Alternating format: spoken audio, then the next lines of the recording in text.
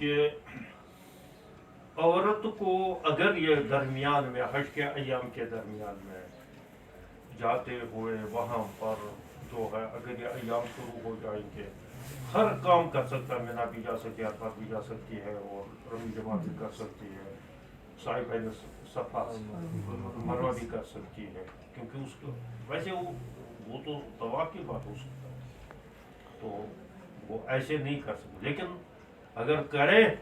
فرض کرو تو ایسا ہو سکتا ہے کیونکہ وہ خارج مسجد ہے لیکن چونکہ وہ تابع ہے طواف کے، تو اس وجہ سے صفا والمروہ کو بھی اسی کے ساتھ جوڑ دیا جاتا ہے کیونکہ وہ طواف کے تابع ہے، طواف کے بعد کیا جاتا ہے۔ البتہ باقی مناسک کو انجام دیتی کہ سب البتہ طوافی زیارت نہیں کر سکتی کیونکہ اس میں طہارت بدنی بھی شرط ہے اور مسجد میں بھی حائضہ جو ہے داخل نہیں ہو سکتی ہے، تو یہ یہاں جو ہے طواف کی شرط بھی نہیں پائی گئی طہارت بدنیہ اور وہ بھی نہیں پائی، وہ بھی جرم ہوگا کہ مسجد کے اندر داخل ہوئی، اس وجہ سے وہ نہیں کر سکتی جب تک وہ پاک ہو جائے کہ اب اس کو رکنا پڑے گا۔ فرض کرو یہ سارے مناسک اس نے پورے کیے، طوافی زیارت مؤخر بھی ہوگی کیونکہ اس کے تو تاریخ تو صرف 12 غروب تک ہے، کس کی طوافی زیارت 12 غروب تک ہے، 14 کو کر لیں 15 کو کر لیں، اس میں کیا اس میں کوئی پریشانی نہیں، اس کو مؤخر ہو جاتا ہے۔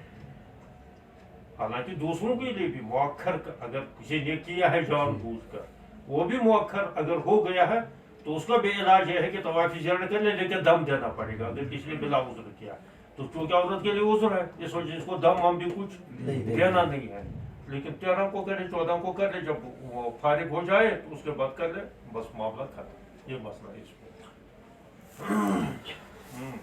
روایت ہے کہ اس سے جو ہے حج یہ کیا کہتے ہیں طواف وداع کا وجوب، حالانکہ یہ روایت ضعیف ہے لیکن یہ روایت اس سند سے ضعیف ہے، امام ترمذی جو آئی اس میں صحیح روایت ہے۔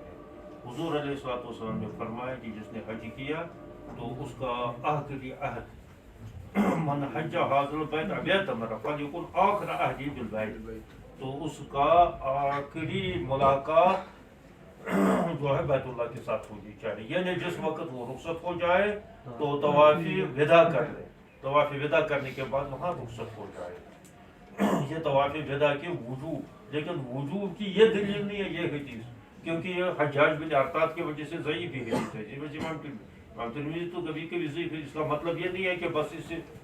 مسئلے کا وجوب کو ثابت کیا ہے، انہوں نے جو ہے حدیث ضعیف سے تو سنت ثابت نہیں ہوتی، وجوب کہاں سے ثابت ہوگا، یہ ہے اس کے بہت سارے اور دلائل ہے، تو بہت سارے احادیث کے اندر یہ آیا ہے، اس وجہ سے واجب تو یہ ہے تمام ائمہ کے نزدیک۔ اس میں ایک بات یہ بھی ہے کہ حضرت عمر رضی اللہ تعالیٰ عنہ سے کسی نے یہ پوچھا کہ ان سے ابن عباس قال سمعت رسول صلی اللہ علیہ وسلم یقول من حج، یہ تو ہو گیا ہے، ہاں قال حارث بن اوس قال سمعت رسول اللہ یقول من حج، یہ کہاں گیا فلیکن من حج هذا البيت فليكن آخر عهده بالبيت فقال عمر، ہاں حضرت عمر رضی اللہ تعالیٰ عنہ سے کسی نے یہ پوچھا کہ ان سے یہ کہا کہ کیا ہے اس بارے میں کہ یہ کوئی حدیث ہے اس بارے میں کیا حکم ہے، شرعی حکم کہ حج سے فارغ ہونے کے بعد آدمی کیا کر لے، تو انہوں نے یہی حدیث اس کو سنائی، تو انہوں نے کہا میں نے جو ہے نبی علیہ الصلوۃ والسلام سے یہ پوچھا تھا تو انہوں نے بھی ایسا ہی جواب دیا۔ اب دیکھو یہاں حضرت عمر رضی اللہ بہت غصہ ہوا، بچ گیا یہ جو ہے کوڑے کھانے سے، تو اس نے کہا کھرت کہ تم جو ہے اللہ تعالیٰ تجھے گرائے یا تو گر گیا ہے منہ کے بل،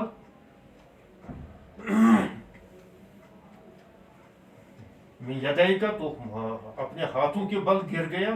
یعنی ایک محاورہ ہے کہ تیرا ناس ہو تو منہ کے بل گرے, تم نے رسول اللہ صلی اللہ علیہ وسلم سے پوچھا اور پھر جو ہے مجھ سے پوچھ رہا ہے, تو کیا تم مجھ سے جو ہے یہ سننا چاہتے ہو کہ کچھ اور جواب دے دے تو تاکہ جو ہے مجھے اور پروپیگنڈا کرنے کا موقع. دیکھو ایک ہوتا ہے کہ ادنا سے آدمی بات سنے, تصدیق اگر اس کی کرنی ہو تو اعلیٰ سے کرے یا ادنا سے کرے, اعلیٰ سے کرے. تصدیق جب کرنی ہو تو اعلیٰ سے کرا لے. یہاں تو اس نے الٹا کیا ہے, اس نے یہ سنا تو تھا حکم حضور صلی اللہ علیہ وسلم سے, اور یہ تصدیق چاہیے ہے کس سے, حضرت عمر سے, جس وجہ سے حضرت عمر غصہ ہو. اس کو میری سے تصدیق کرنے کی, حضور صلی اللہ علیہ وسلم سے تم نے سنا تھا تو میری سے تصدیق کرنے کی حضور,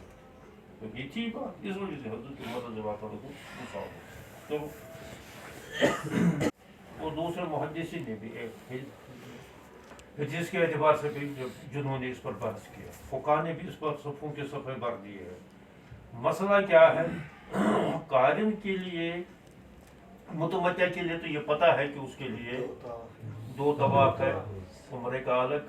صرف حج ہو جائے تو حج کا الگ, وہاں تو کوئی اختلاف نہیں ہے. قارن کو بھی 2 طواف کرنے ہیں یا ایک ہی طواف کرنا ہے. مطلب کیا ہے کہ ادھر سے جائے اگر اس کو 2 طواف کرنے ہیں, جیسے ایم ثلاثہ کہتے ہیں, اس کو جو ہے 2 طواف کرنے ہیں, یہ ایک ہی کرنا ہے. وہ تداخل کے قائل ہے, وہ کہتے ہیں کہ یہاں جو ہے عمرہ جو ہے حج کے اندر داخل ہو گیا ہے, لہذا یہ جب جائے گا تو جو وہ جائے گا مکہ کے اندر, پھر اسی احرام میں یہ رہے گا, تو پھر طواف زیارت کے بعد ایک ہی طواف کر لے گا, وہ سعی کر لے گا, تو یہ جو ہے کافی ہوگا دونوں. یہ تو احمد ثلاثہ کہتے ہیں. احناف یہ کہتے ہیں کہ نہیں, تداخل تو یہ ہو گیا ہے احرام کے اعتبار سے, احرام کھلے گا نہیں, البتہ ادھر سے جائے گا, پہلے جو ہے یہ طواف کر لے گا. سائی میں اختیار ہے, چاہے سائی آخر پر کر لے یا ابھی کر لے, باقی دوسرا سائی نہیں, کیونکہ سائی جو ہے اس میں ایک ہی بھی کافی ہوتا ہے. البتہ طواف اس کو کرنا پڑے گا. اس کے بعد جب یہ طوافی زیارت کر لے گا تو طوافی زیارت کے بعد سائی کر لے گا, تو اس کے بعد جو ہے یہ آزاد ہوگا, انہیں احرام کی پابندی سے نکل جائے گا. اب اس میں یہ مسئلہ کہاں سے پیدا ہوا ہے کہ حضور صلی اللہ علیہ وسلم کے متعلق اول تو اختلاف ہے کہ انہوں نے تمتع تو انہوں نے نہیں کیا تھا, افراد بھی نہیں کیا تھا, کیونکہ تمتع میں انہوں نے حضور صلی اللہ علیہ وسلم نے خود حضور فرمایا تھا کہ میں تمتع کر نہیں سکتا ہوں کیونکہ میرے ساتھ حدی ہے, اور اس وجہ سے حضور صلی اللہ علیہ وسلم نے قران کیا تھا. لیکن قران کے اندر یہ اختلاف ہے کہ حضور صلی اللہ علیہ وسلم نے 2 طواف کیے تھے. اچھا, اس سلسلے میں روایات دونوں طرح کے آ رہے ہیں. بعض روایت کے اندر ایک ہی طواف, بعض روایت کے اندر 2 طواف, بہت ساری روایات ادھر بھی ادھر بھی, انہیں دونوں طرف سے دلائل ہیں. لیکن جو حضرات کہتے ہیں ایک ہی طواف ہے, تو جہاں 2 طواف کا تذکرہ آتا ہے ان روایتوں کی وہ تعبیر کرتے تھے, وہ ایک طواف جو تھا وہ قدوم کا تھا, تو باقی ایک ہی طواف ہوا ہے عمرہ اور حج کا. اور یہ جو کہتے ہیں کہ نہیں اس کو 2 طواف کرنے ہیں, وہ کہتے ہیں کہ طواف قدوم حضور صلی اللہ علیہ وسلم نہیں کیا تھا, کیونکہ طواف قدوم اور عمرے کا طواف ایک ساتھ ہو سکتا ہے. ان حضور صلی اللہ علیہ وسلم نے قدومی کے اندر قدوم میں ہی نیت کر دی تھی کس کی, عمرے کے طواف کی, لہذا انہوں نے عمرے کا طواف کیا تھا. اس وجہ سے اب یہ بڑے دلائل ہیں, ادھر بھی دلائل ادھر بھی دلائل, اور دونوں امکانات ہیں. تو اس کو مانا کر کے معرکۃ الآراء بحث ہو گیا. اب وہ دلائل کیا ہے, ان کے دلائل کیا ہے, ان کے دلائل کیا ہے, تو حاوی کے اندر دیکھ لینا, ان کے دلائل بھی ان کے دلائل بھی. یہاں بھی 2 حدیثیں لائی ہے, ان دونوں حدیثوں کے اندر بھی جو ہے دونوں امکانات ہیں. حضور صلی اللہ علیہ وسلم کا جہاں 2 طواف کا تذکرہ آتا ہے, وہاں یہ بھی امکان ہے کہ ہو سکتا ہے ایک طواف تو حضور صلی اللہ علیہ وسلم قدوم کا کیا ہو, آپ یہ کہیں گے, اور پھر جو ہے طواف عمرہ کا کیا تھا, اور وہ دوسرا طواف کیونکہ وہ 2 طواف کے قائل ہے احناف. تھوڑا سا کہیں گے کہ نہیں وہ طواف جو ہے قدوم کا تھا, اور وہ جو ہے طواف گران کا حج گران کا طواف انہوں نے بعد میں کیا تھا کیونکہ اس کا جو ہے ایک ہی طواف ہے یعنی گویا کہ وہ احمد خلاصہ عمرہ کو تداخل قرار دیتے ہیں جس میں حج کے یہ خلاصہ ہے اس کا مسلمان ہو گئے تھے ان سے ملو 3 دن کے اندر فراغت کر کے تو چلو بس یہ اسی دور تک محدود تھا آج کوئی حکم نہیں ہے سفر کیونکہ حج کا بھی سفر ہوتا ہے جیسے حضور صلی اللہ علیہ وسلم چاہے سفر حج سے وہ واپس ہو رہے ہوں چاہے کسی غزوہ سے واپس آ رہے تو اس وقت عام طور حضور صلی اللہ علیہ وسلم یہ دعا پڑھتے تھے اسی وجہ سے یہاں کہا گیا ہے کہ الکفول من حج والعمرہ تو پھر یہ کہا کہ من غزوۃ او حج او عمرہ فعلا فدفدن بس وہ چڑھتے تھے علایالو سے تو چڑھتے تھے فدفدن کسی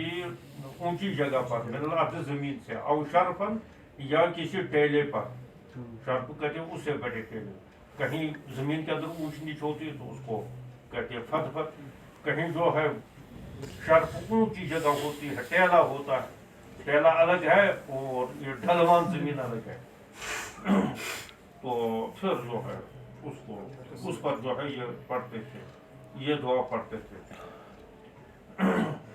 لا الہ الا اللہ وحدہ لا شریک لہ لہ الملک والحمد وعلی کل شیء آئبون یعنی لوٹتے ہوئے تو تائبون توبہ کرتے ہوئے یعنی ہم لوٹ رہے اے نرجو تائبون اچھا یا یہ وہ تو تائبین ہونا چاہیے پھر اس وقت یعنی رجوع ہونا تائبون ہمارا لوٹنا توبہ کی حالت میں عابدون عبادت کرتے سائحون چلتے ہوئے سائحون کہتے ہیں اصل میں سیر کرتے ہوئے میں چلتے ہوئے اچھا لربنا حامدون چلتے ہوئے ہم اللہ کے جو ہے تعریفیں کرتے ہوئے صدق اللہ وعدہ نصر عبدہ حزم العذاب وعدہ اصل تو یہ غزوہ کے متعلق ہے لیکن یہ راوی بیان کر دیتے ہیں کہ حج کے موقع پر بھی حضور صلی اللہ علیہ وسلم یہ دعا پڑھتے ہیں چلو باب ما جاء في المحرم يموت في احرام متنازع مسئلہ ہے کہ اگر احرام کی حالت میں کسی کا انتقال ہو جائے تو اس کے ساتھ کیا معاملہ کیا جائے احمد خلاصہ یہ کہتے ہیں کہ اس کو وہ تب بھی اس کا احرام باقی رہتا ہے دلیل کیا ہے دلیل یہ حدیث ہے کہ ایک شخص گر گیا اونٹ سے اس کی فوقسا وہ کیسا نہیں ہے فوقسا اس کی گردن ٹوٹ گئی گردن کی ہڈی ٹوٹ گئی تو اب اس کا انتقال ہوا تو حضور صلی اللہ علیہ وسلم سے دریافت کیا تو انہوں نے ان سے یہ کہا کہ آپ جو ہے انہی 2 چادروں میں اس کو جو ہے کفن دے دو اور جو ہے اس کا چہرہ کھلا رکھو اور اس کے سر کو بھی کھلا رکھو تو یہ قیامت کے دن جو ہے اسی حالت میں تلبیہ پڑھتے ہوئے اٹھے گا تو یہ حضور صلی اللہ علیہ وسلم نے اب احمد صلی اللہ علیہ وسلم کہتے ہیں کہ اس کا مطلب یہ ہے کہ یہ حالت احرام کے احکام اس سے جو ہے ساقط نہیں ہوئے احرام کی پابندیاں اس پر برابر رہی بس فرق یہ ہے کہ خود تو اب اس کو کچھ کرنا درنا نہیں ہے کیونکہ ہمارے اوپر لازم ہے جس طریقے سے ہمارا کفن دفن اس پر لازم ہے ویسی ہی ہمارے پر لازم ہے ہم اس کو خوشبو نہ لگائیں اور ایسی ہے کہ ہم اس کو جو ہے چہرہ وہرہ سروت بھی نہ ڈالیں کیونکہ یہ بھی ممنوعات احرام میں سے ہے یہ کہتے ہیں احناف کہتے ہیں نہیں یہ نہیں ہے جو ہی وہ مر گیا تو احرام کی پابندیاں جو ہے اب سب ختم ہو گئی اقدامات انسان ان کا تعمل ہو تو بس سب ختم ہو گیا پھر رہا یہ سوال یہ حدیث تو اس کے بارے میں احنافی جواب دیتے ہیں یہ اس کی کچھ خصوصیت ہے تو پہلا حج تھا اور وہ بیچارہ مخلص تھا اس کی حالت تھی تو حضور صلی اللہ علیہ وسلم نے اس کے متعلق پیشن گوئی فرمائی کہ ایسے رکھو تو اللہ تعالیٰ کو ایسے باقی شرعی قانون کے اعتبار سے اس کا عمل کا سلسلہ ختم ہو گیا اب کوئی حرجہ نہیں ہے اس کا سر ڈاک لیا جائے عام مردوں کی طرح اس کا کفن دفن بالکل کیا جائے اب وہ اس پر احرام کے احکام باقی نہیں رہیں گے یہ کہتے ہیں وہ وہی دلیل دیتے ہیں کہ ان کا تعمل ہو اقدامات الانسان ان کا تعمل ہو تو اس کا عمل کا سلسلہ ختم ہو گیا دوسری دلیل ہے حضرت ابن عمر رضی اللہ تعالیٰ عنہ کا ایک بیٹا حالت احرامی کے اندر ان کا انتقال ہوا تو حضرت ابن عمر رضی اللہ عنہ خود اس کو غسل وغیرہ کیا تھا اور یہ بھی فرمایا تھا کہ ہم تو تجھے خوشبو بھی لگا دیتے کفن کرنے کے بعد، ہم تو خوشبو بھی تجھے لگا لیتے، لیکن ہماری مجبوری یہ ہے کہ ہم حالت احرام میں ہیں تو کیونکہ مردوں کو خوشبو لگاتے تھے، آج بھی لگانا سنت ہے، تو لیکن ہماری مجبوری یہ ہے کہ ہم حالت احرام میں ہم اپنے ہاتھ ہم خوشبو کو چھو نہیں سکتے، یعنی اپنے متعلق فرمایا خوشبو بھی لگا سکتے، یعنی اگر کوئی غیر محرم ہوتا تو وہ اس کو کہتے، تو ہم سارے حالت احرام میں اس وجہ سے، تو اس کا مطلب یہ ہے کہ اس کو حضرت ابن عمر کیا سمجھتے تھے کہ مبرہ کن سے، احرام کی پابندی مبرہ سمجھتے، یہ بھی دلیل ہے تو خیر دلیل ادھر بھی ہے ادھر بھی ہے، تو یہ بھی ایک مسئلہ ہے مختلف. چلو لائق ہو جائے کسی کہیں جگہ پر دوا ہوا لگانی ہو، بالخصوص آنکھوں پر جو ہے ایک اس زمانے میں صبر ایک گوند آتا ہے تو آنکھیں دکھتی تھی تو ان کے اوپر سے گوند لگایا جاتا تھا، کیا گوند ان کو لگا سکتے عذر کے بنا، ویسے عام حالات کے اندر، یعنی ایسا بھی نہیں ہے کوئی یہ کہے گا کہ چہرے کو ڈھانکنا تو جو ہے ممنوعات احرام میں سے ہے، لیکن میں اوپر سے پاؤڈر ملوں گا تو لہذا تو وہ ڈھانکنے کے معنی میں نہیں آئے گا. کوئی ہوگا ایسا کہ وہ سمجھے گا کہ پاؤڈر لگاؤں گا تو وہ تو بھی ممنوعات احرام میں سے ہے، چاہے خوشبو اس میں ہو یا نہ ہو، کیونکہ وہ بھی جو ہے ڈھانکنے کے معنی میں چاہے تھوڑے حصے پر بھی لگا دے. ہاں عذر کی وجہ سے پھوڑا نکلا ہو یا آنکھیں دکھ رہی ہو تو وہاں پر اگر کوئی دوائی ایسی لگائی جائے تو جو اس کھال کو وہاں ڈھانک دے، کیونکہ یہ ایک قسم کا گوند تھا، یہ گوند لگایا جاتا تھا تو اس سے یہ کھال ڈھک جاتی تھی، تو اس کی اجازت ہے، حضور صلی اللہ علیہ وسلم کو اجازت دی تھی عذر کی وجہ سے. چلو یہ اگر کسی کو سر کے اندر جوئیں پڑی ہو اور وہ کسی تعداد میں ہو، انہیں اظہار آسان ہو تو وہ بالوں کو مونڈ سکتا ہے. عام حالات کے اندر بال منڈالے تو اس کو دم دینا پڑے گا، یہ ایک بکری یا ایک اونٹ کا ایک حصہ یا کوئی اونٹی، تو دم کے بغیر چارہ نہیں ہے. اگر کوئی بال جو ہے کچھ تھوڑا حصہ بھی جو ہے مونڈ جائے، البتہ عذر کی بنا پر اگر کسی کو مونڈنے کی ضرورت پیش آئے، جیسے حضور صلی اللہ علیہ وسلم کی صحابی سے گزرے، یہ کون تھے، کعب بن عجرہ،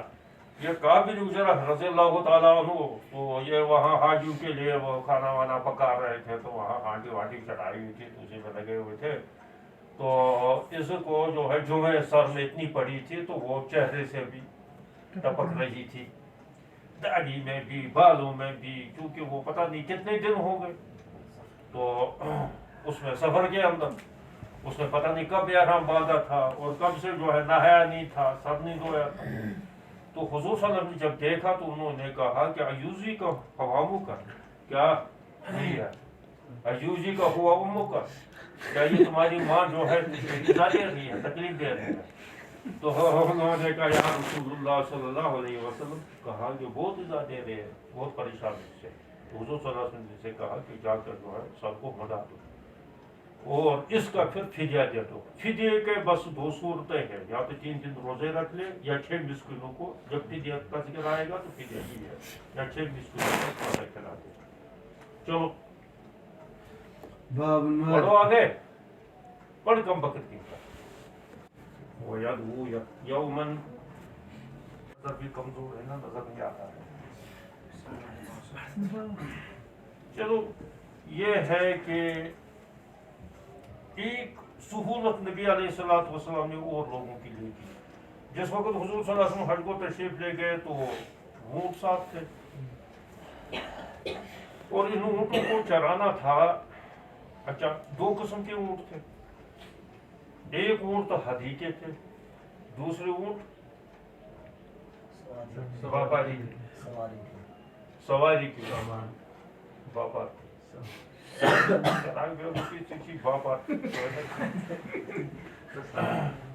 تو دوسرے اونٹ سواری کے تھے. اب ان سب اونٹوں کو وہاں چرانا تھا. اب منا کے یا اس کے کیا کہیں کہ عرفات کے یا مزدلفہ کے ارد گرد تو اتنی اونٹوں کا چارہ کہاں مل سکتا تھا. اس وجہ سے یہ تو مخصوص ایام ہوتے ہیں. تو رمی جماعت انہیں 3 دنوں میں اس میں تو تاکید ہے کہ پہلے دن جو ہے رمی اقبا کر دے, پھر دوسرے دن رمی کر دے, پھر تیسرے دن جو ہے تینوں کا رمی کر لے تو مسلسل کر لے. ان کو حضور صلی اللہ علیہ وسلم نے, وہ جاتے تھے دور کو, ان کو حضور علیہ السلام نے ایک دن چھوڑ کر ایک دن, بلکہ یہ فرمایا کہ تم پہلے دن رمی کرو, پھر 2 دنوں کے بعد بھی تم رمی کر سکتے ہو. یعنی آخری دن دونوں رمی ایک ساتھ کر سکتے ہو. حالانکہ عام طور اس کی اجازت نہیں ہے. اگر عام طور کوئی ایسا کر لے گا تو اس پر دم لازم آ جائے گا. ہر دن الگ الگ رمی کرنا ضروری ہے. لیکن ان کو یہ چرواہوں کو یہ اجازت دی تھی نبی علیہ السلام نے. اس سے فقہاء نے یہ نکالا ہے کہ اگر اس قسم کا کوئی صورتحال پیش ہو کہ جس کو کوئی شرعی عذر ہو, کیونکہ بہرحال لوگوں کو سنبھالنا, ان کو چرا کر لانا رات کو ہی, اچھا ادھر سے ان کو رات کو رمی کرنے کی اجازت دی تھی, کیونکہ دن کو تو وہ وہاں موجود نہیں ہوتے تھے. یہ چند چرواہے تھے جو اونٹوں کو لے جاتے تھے, چروا کر لاتے تھے, تو اس کی اجازت ہے. بس اس بات پر خلاصہ.